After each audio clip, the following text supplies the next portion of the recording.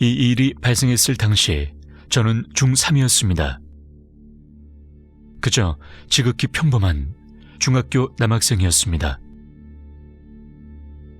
저희 어머니는 교직에 계신지라 동료 선생님들과 매우 친하셔서 방학만 시작되면 부부 동반으로 자주 여행을 가시곤 했습니다. 물론 자연스레 어머니 동료분들의 아이들과도 친해졌고요. 그래서 그렇게 부모님들이 여행을 가실 때면 한 집의 아이들이 몰려서 며칠을 함께 지내곤 했습니다. 그때도 여름방학 시작과 동시에 부모님들은 부부 동반 여행을 가셨습니다. 어머니 동료분 집에서 여러 아이들이 3일 동안 머물게 됐고요. 저와 제 동생도 그곳에서 함께 머물렀습니다. 그리고 사건은 이튿날 밤에 터졌습니다.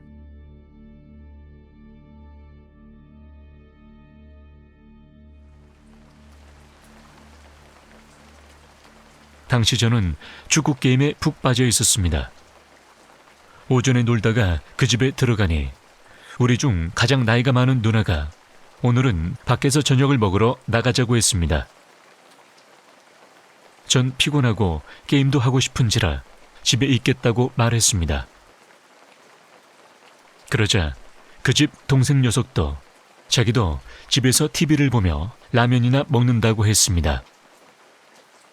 그래서 그 집엔 저와 그 동생만 남아 있었습니다. 그렇게 전 컴퓨터 방에서 정말 그야말로 정신 놓고 게임에 푹 빠져 있었습니다. 그 동생은 거실에서 TV를 보고 있었고요. 그리고 얼마쯤 지나지 않아서 그 동생이 친구를 만나러 좀 나갔다고 온다고 했습니다. 그러길래 전 정신없이 게임을 하며 아무런 생각도 하지 않고 그래라고 무심코 대답했죠. 그렇게 시간이 꽤 지나니 목이 타더군요. 전 그 동생이 나갔다는 걸 깜빡한 채 물 한 컵만 갖다 달라고 말했습니다. 그런데 물을 안 가져다 주길래 저는 다시 한번 동생 이름을 부르면서 살짝 소리를 질렀습니다. 아무도 없는 집에서 말이죠. 그런데 곧 누군가가 테이블 옆에 물을 한 컵 놓아두더군요. 컴퓨터랑 방문이랑 마주보고 있어서 누가 들어오는지는 못 봤습니다. 전 그때까지 제가 얼마나 공포스러운 상황에 처했는지 게임에 빠져서 자각하지 못했습니다. 전 땡큐라고 말하면서 게임을 계속했습니다. 얼마쯤 지났을까요? 장시간 컴퓨터 사용으로 인해 두통이 생겨 컴퓨터를 끄고 물컵을 가지고 거실로 나왔습니다. 좀 배도 고팠고요. 전 생각했습니다. 모두들 밥 먹고 놀다 온다 그랬는데 그 동생이 보이지 않는 것이었죠. 전 집에서 녀석을 찾기 시작했습니다. 이 방 저 방 뒤지다 안방 화장실을 열고 거기에도 없길래 전 거실 쪽으로 천천히 걸어 나왔습니다. 손님인 저만 놔두고 모두 어딜 나갔냐고 혼자 생각하고 있었습니다. 그렇게 거실로 걸어 나오던 저는 제가 부엌 식탁 위에 갖다 놓은 물컵을 보고 갑자기 정신이 아찔해졌습니다. 갑자기 머릿속에서 형, 저 친구 좀 만나고 올게요라는 그 말이 미친 듯이 울리기 시작했습니다.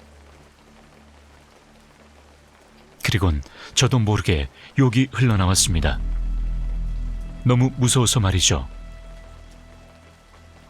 거실에 가만히 서 있던 저는 안방 화장실 문이 열리는 소리를 듣고 심장이 터질 것 같았습니다. 전 본능적으로 느꼈습니다. 뭔가가 있다고 말이죠. 거실 복도에서 저는 고개를 푹 숙이고 멍하니 서 있었습니다. 고개를 들었을 때 안쪽 현관 유리에는 저의 모습 뒤에 무언가가 함께 흐릿하게 비치고 있었고요. 그때 당시 제 키가 170을 조금 넘는 키였는데 제 뒤로 비치는 그 형체는 언뜻 보기에도 좋게 2미터는 돼 보였습니다. 분명히 사람의 형상인데 뚜렷하게는 보이지 않고 사지를 축 늘어뜨리고 서 있는 검붉은 형체. 전 넋을 놓고 도대체 무슨 상황인지 꿈은 아닌 것 같은데 정말 미칠 것만 같았습니다. 컴퓨터를 많이 해서 환각이 보이나라고 생각하고 뒤를 돌아보려 했지만 도저히 용기가 안 났습니다. 지금 생각해보면 짧은 시간인 것 같지만 당시 제 기분으론 한참을 그렇게 숙이고 서 있었습니다. 그리고 다시 고개를 들었을 때도 그것은 분명히 제 뒤에 서 있었습니다. 전 일단 정신을 차리고 도망치자고 생각했습니다. 귀신이라고 해봤자 순간이동이야 하겠어라며 어차피 난 못 따라온다고 생각했습니다. 왜냐하면 그 당시 전 달리기 하나는 자신 있었습니다.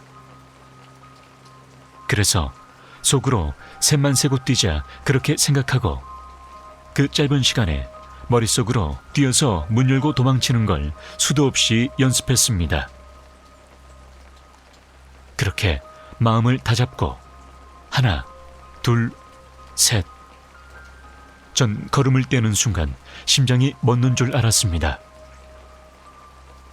셋을 세고 뜀박질을 시작함과 동시에 뒤에서 바짝 절 따라오는 그 무서운 형체를 느낄 수 있었습니다. 전 엄청난 속도로 현관을 박차고 계단으로 뛰어내렸습니다. 그렇게 계단 반층씩을 쿵쿵 뛰며 도망쳤습니다. 그런데도 그 무서운 형체는 저의 바로 뒤에서 저를 계속 쫓아오는 것이었습니다. 전 너무 미칠 것만 같아서 누구라도 나와줬으면 하는 생각으로 정말 큰 소리로 생각나는 노래를 부르면서 뛰어내려왔습니다. 그렇게 정신없이 뛰어내리기를 한참. 정신을 차렸을 땐 이미 그 검은 형체는 제 뒤에서 느껴지지 않았습니다. 그때 전 7층까지 와 있었고요. 그래서 더욱 빠르게 계단을 뛰어내려갔습니다. 그것도 맨발로 말이죠. 계단을 미친 듯이 내려오다가 계단턱에 찍혀 발톱이 뒤집어진 줄도 몰랐습니다.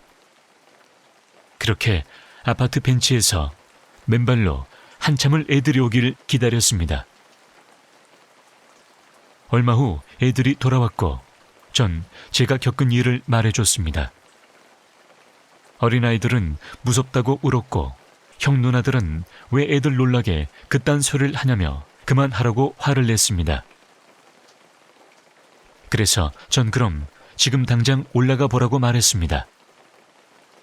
사실 그렇게 말하고도 저 스스로도 제발 환상을 본 것이길 바랬습니다. 그렇게 현관문을 열고 거실 복도에 들어섰을 때 모두 그대로 얼어붙고 말았습니다. 대충 봐도 290mm는 돼 보이는 떼꾸정물의 발자국이 보였고 걸음걸이 폭은 좋게 1.5m 이상이었습니다. 결코 평범한 사람의 것으로 보이진 않았습니다. 저는 남자였지만 발 사이즈가 고작 245mm밖에 되지 않았습니다. 모두가 말을 잃었고 넋이 나간 표정이었습니다. 저 또한 아까 그게 진짜였단 생각에 정말 소름 끼쳤습니다. 귀신이 붙은 건가 순간 두렵기도 했습니다. 그래서 저와 동생은 다음날 바로 친척집으로 옮겨갔고 그 집 식구들은 부모님이 돌아오시고 그 얘기를 말씀드렸답니다. 그때 그 집에 있던 아이들 모두가 같은 말을 하는 걸 들으시고 처음엔 믿지 않으시다가 결국 이사를 가게 되었습니다. 2008년 8월 대구 수성구 만촌동 이매장 건너편 M아파트에서 실제로 저와 아이들이 겪었던 일이었습니다.